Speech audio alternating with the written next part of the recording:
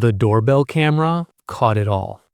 A man struggling in the dark, dragging something heavy across the pavement at 4 a.m. The bundle was wrapped in fabric, its weight pulling him down as he hauled it toward his car. Inside that bundle was his wife. Shayla Cabrera came to the United States from Peru, chasing the same dream so many immigrants hold: a better life for her family. At 33, she had built exactly that: a loving mother to 3 little boys, ages 9, 6, and 4. She was living in Lancaster, California, and finally starting to see her dreams take shape. Everyone who knew Shayla described her as selfless, kind, and full of life. A loyal friend, a devoted mom, and someone who worked endlessly to make sure her children never went without. Even when life pressed hard against her, she radiated warmth that drew people in. Inside her small apartment on Lancaster Boulevard, Shayla created a home overflowing with love and laughter. But behind that bright smile, she carried a secret, one that only those closest to her knew. Her husband, 36-year-old Josemar Cabrera Corno, wasn't the caring man he pretended to be. Behind closed doors, their marriage was a nightmare, a facade hiding years of violence and fear. According to Shayla's mother, Helga Rosillo, who still lived in Peru, her daughter had already reported Josemar for domestic abuse back home. The violence didn't stop when they moved to the U.S., it simply followed them. "It wasn't just Shayla," her mother said. "She told me he hit her, insulted her, and even slapped my youngest grandchild, just 3 years old." For years, Shayla endured the abuse: physical, verbal, and emotional. She was trapped in a relationship that grew more dangerous with time. Her friends watched helplessly as she tried to navigate an impossible choice: stay and suffer, or leave and risk losing her kids to a man who constantly threatened to take them away if she dared to escape. One of her closest friends, Elizabeth Russo, explained how trapped Shayla really was. She was terrified. He always said he'd leave with the kids. That was her biggest fear, that if she did anything, he'd kidnap them. Those threats kept her bound for years, but by the summer of 2025, something inside Shayla changed. The years of pain had chipped away at her hope. Staying wasn't safe anymore. It was deadly. By early August 2025, Shayla had reached her breaking point. She told friends she was done. She wanted a divorce. It wasn't a decision she made in the heat of the moment. It was the result of years of fear and survival. She knew what leaving could cost her, but she also knew what staying would.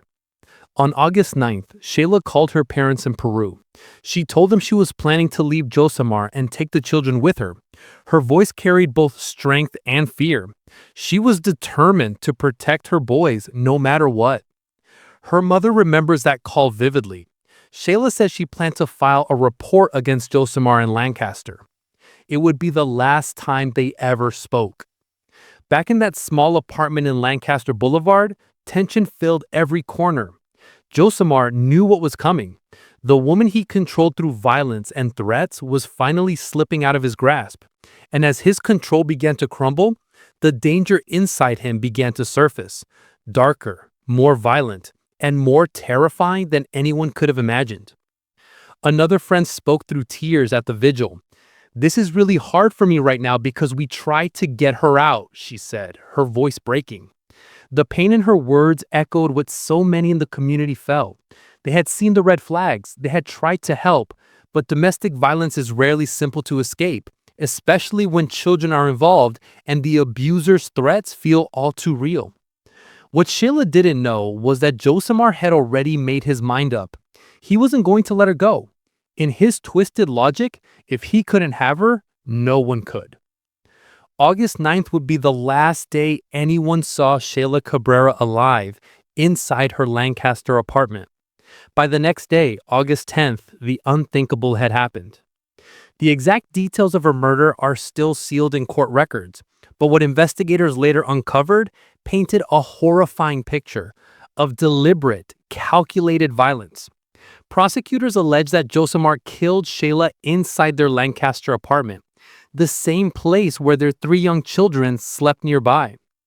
Inside that small apartment were 3 innocent boys, children who had no idea that just feet away, their mother was being murdered by their father. In a single act of brutality, their world was destroyed.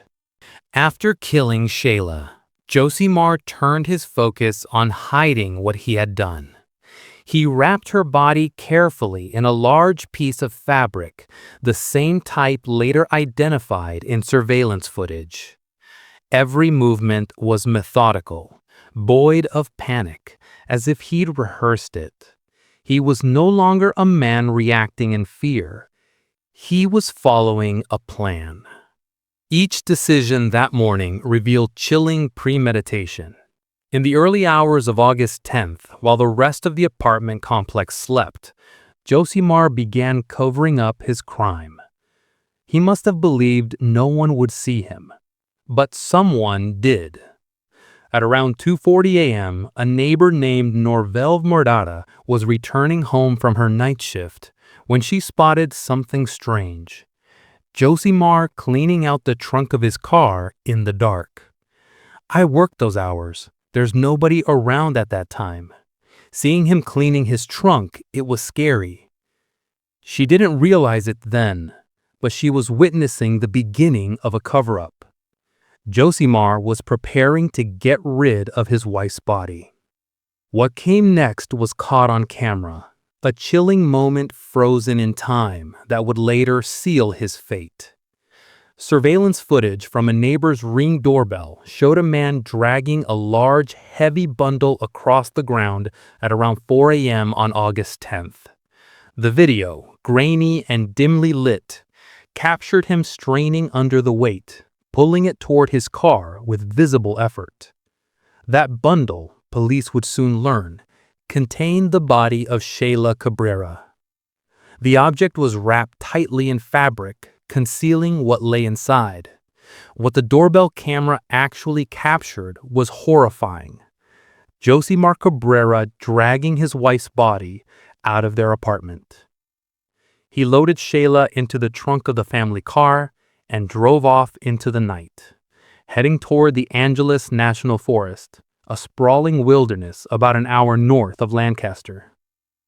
The forest, with its steep canyons and endless miles of rugged terrain, has long been a haunting place, isolated, quiet, and far too often used as a dumping ground for unthinkable crimes. Josimar drove through the darkness, winding along those mountain roads until he found the perfect spot. When he did, he pulled Shayla's body from the trunk and threw her over the side of an embankment, tossing her into the brush and rocks. Then, as if none of it had happened, he drove back home to the same apartment where his 3 young sons were sleeping and began spinning the lies that would buy him time. 2 days after Shayla's murder, on August 12th, her friends grew alarmed.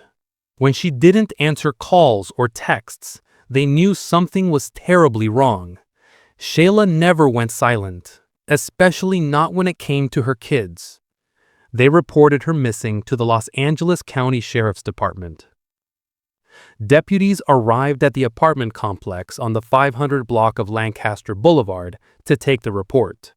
But when they began questioning Josimar, his story started falling apart fast. He couldn't keep his lies straight. At first, he told investigators that Immigration and Customs Enforcement had taken Shayla, a calculated story meant to confuse authorities and delay suspicion. It was a lie that would be hard to verify and easy to hide behind. Later, he changed his story, claiming Shayla had left him for another man. In yet another version, he said she'd been in an accident, but refused to give details.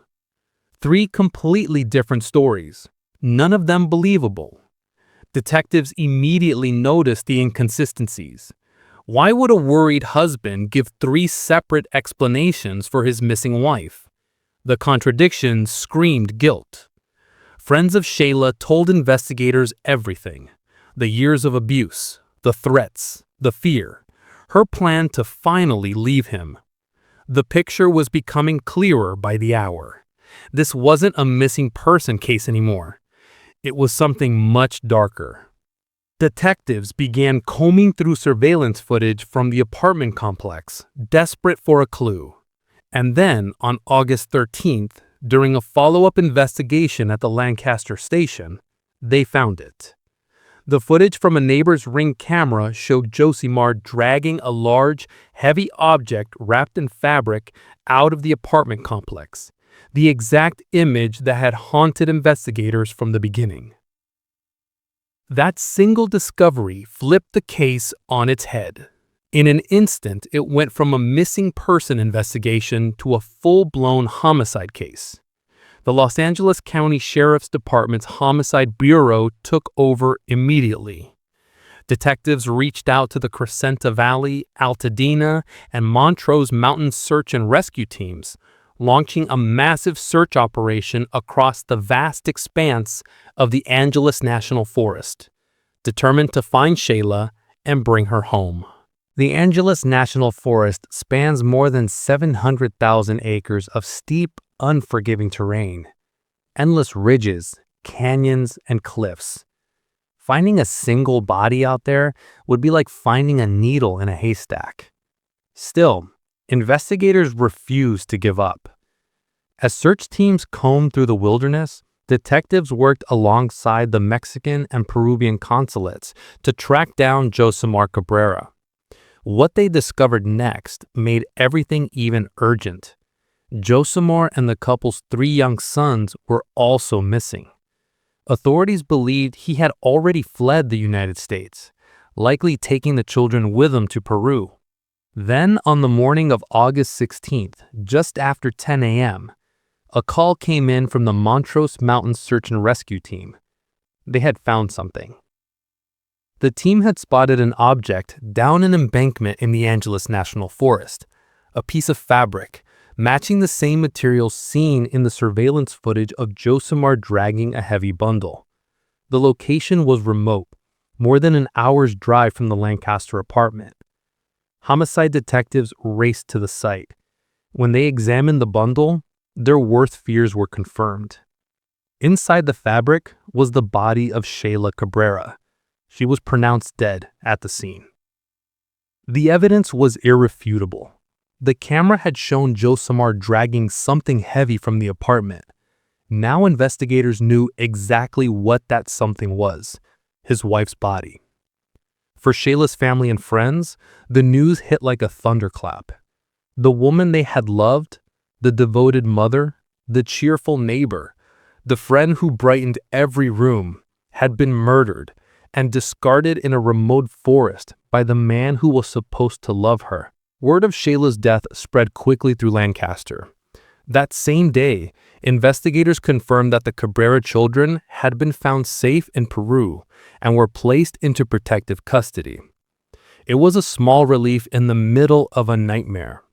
The boys were alive, but their mother was gone, and their father was now a fugitive wanted for murder. That evening, dozens gathered outside Lancaster City Hall for a vigil in Shayla's memory. Neighbors held candles and signs that read "Justice for Sheylla" and "Not one more." As the flames flickered in the California dusk, Josimar Cabrera was thousands of miles away, on the run in Peru, desperately trying to escape the justice closing in on him. Lieutenant Michael Modica later told the New York Times that Josimar had been detained briefly in both Mexico and Peru after crossing the borders by land, but each time he was released. Because U.S. authorities hadn't yet filed formal charges, there were no legal grounds to hold him. Peruvian officials questioned him at the Lima airport and took custody of the children, but they couldn't detain him. Soon, Peru's foreign ministry announced that the children had been safely repatriated to Los Angeles via Mexico City, where they were reunited with their maternal grandmother. Meanwhile, back in California, prosecutors were building their case. On August 21st, homicide detectives presented their evidence to the Los Angeles County District Attorney's Office. The following day, Josemar Cabrera Corno was officially charged with 1 count of murder with special allegations of using a knife as a deadly weapon. An extradition warrant was immediately filed, and District Attorney Nathan Hochman released a statement. "The allegations against this man are horrific. We will do everything possible to bring him back under our jurisdiction and hold him fully accountable." An Interpol red notice was then issued, marking Josemar as a wanted fugitive across the world.